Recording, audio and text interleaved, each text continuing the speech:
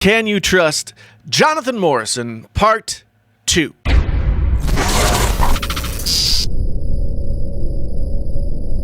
Hey there, friends on YouTube. My name is Jason, sometimes known as the JTL. This is Painfully Honest Tech. So honest it hurts, yeah.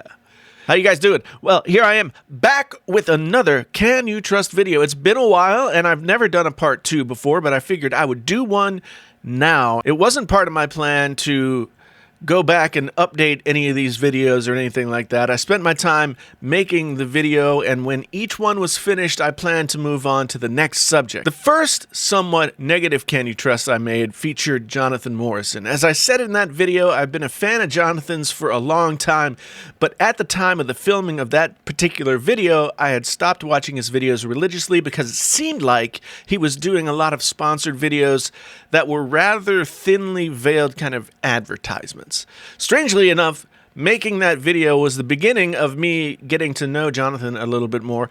He took what I said in the video as constructive criticism, I hope. Not only did we communicate about the video, but a lot of people reached out to me to let me know that there was more to Jonathan than what was visible from the day-to-day of watching his content.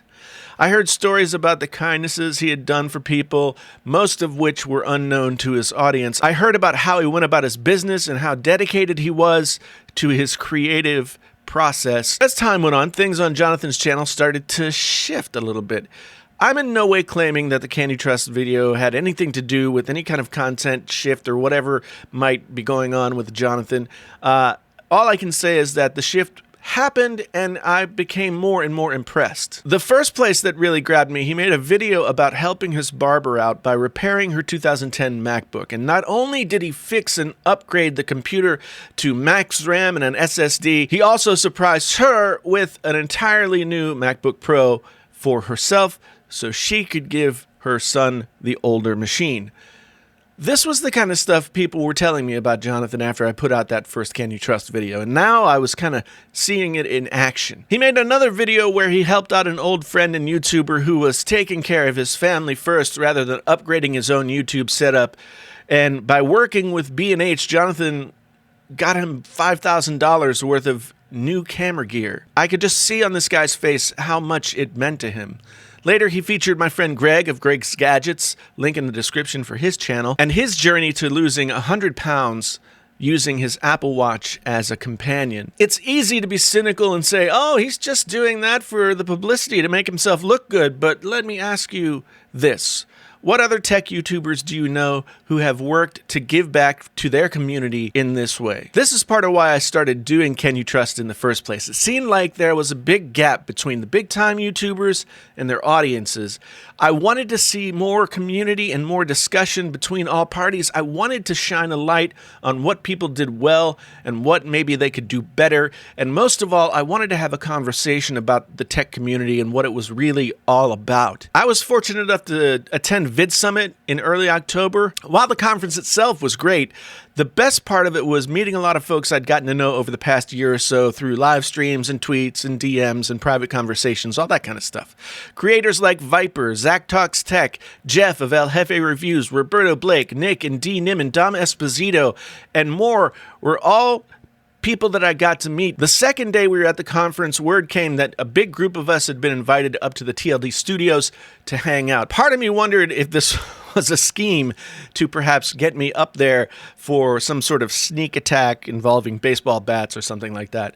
I joke, but I really did think about it. Zach from Zach Talks Tech, Viper, Jeff from El Jefe Reviews, myself, we drove up there. It took longer than it really should have, but that's, as they say, LA traffic. Dapper Dop, who's another great YouTuber, and Brandon from This Is Tech Today were also there as well. They're California residents. All of these guys are at an earlier stage in their YouTube career than me, so I just wanted to sort of hang out and watch them enjoy being there and sort of just soak things in. Jonathan was working on a Pixel video, invited us all to help out, which was really cool. I mean, I actually got to see a $65,000 camera set up in person, and I was duly impressed. But then Viper, who's probably one of the most entertaining tech YouTubers on the rise, had a chance to film a video of his own using Jonathan's equipment with a little cameo from Jonathan himself.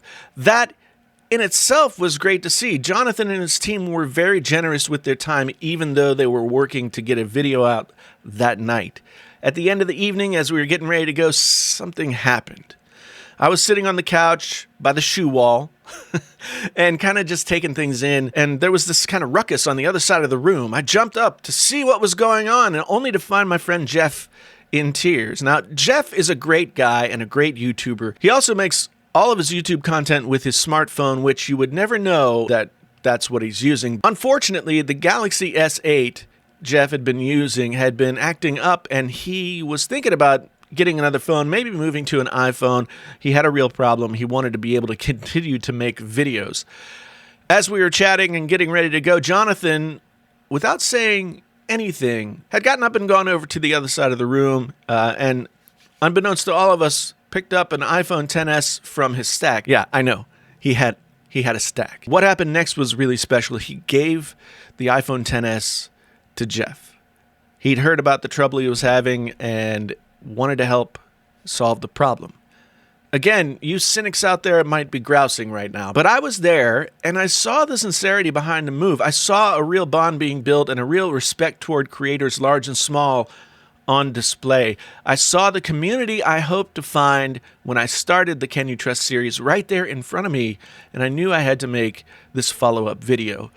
So can you trust Jonathan Morrison? I've learned from watching from afar and through the good deeds he's done for good people that, yes, you can. Believe it or not, not every person on YouTube makes a ton of cash making these videos, but they do it because they love doing it and they just keep grinding. Jonathan Morrison has been fortunate enough to have the kind of success that I think a lot of people would love to have. And Jonathan Morrison has spent a lot of time recently and in the past, I've come to know, giving back to that community in ways that he is fortunate enough to be able to do. That's something to be celebrated. So I wanted to take the platform I've built with the Can You Trust series to do just that and say thank you to Jonathan Morrison for being that kind of person and doing what you're doing to shine a light on good things and help people where they need help. I really do appreciate everybody watching. If this was your first time here and you want to come back again, then you can like and you can subscribe and you can bell notify yourself and do all those kinds of things. And of course, if you've been here before, thank you so much. If you want to know more about the kind of stuff that I use to make these videos, if you're looking to maybe grab yourself some Painfully Honest Tech merch or anything like that, there are a ton of links down in the description where you can check that stuff out. Again, my name is Jason, sometimes known as the JTL. This is Painfully Honest Tech. Tech, so honest, it hurts. Until the next time, I'm out.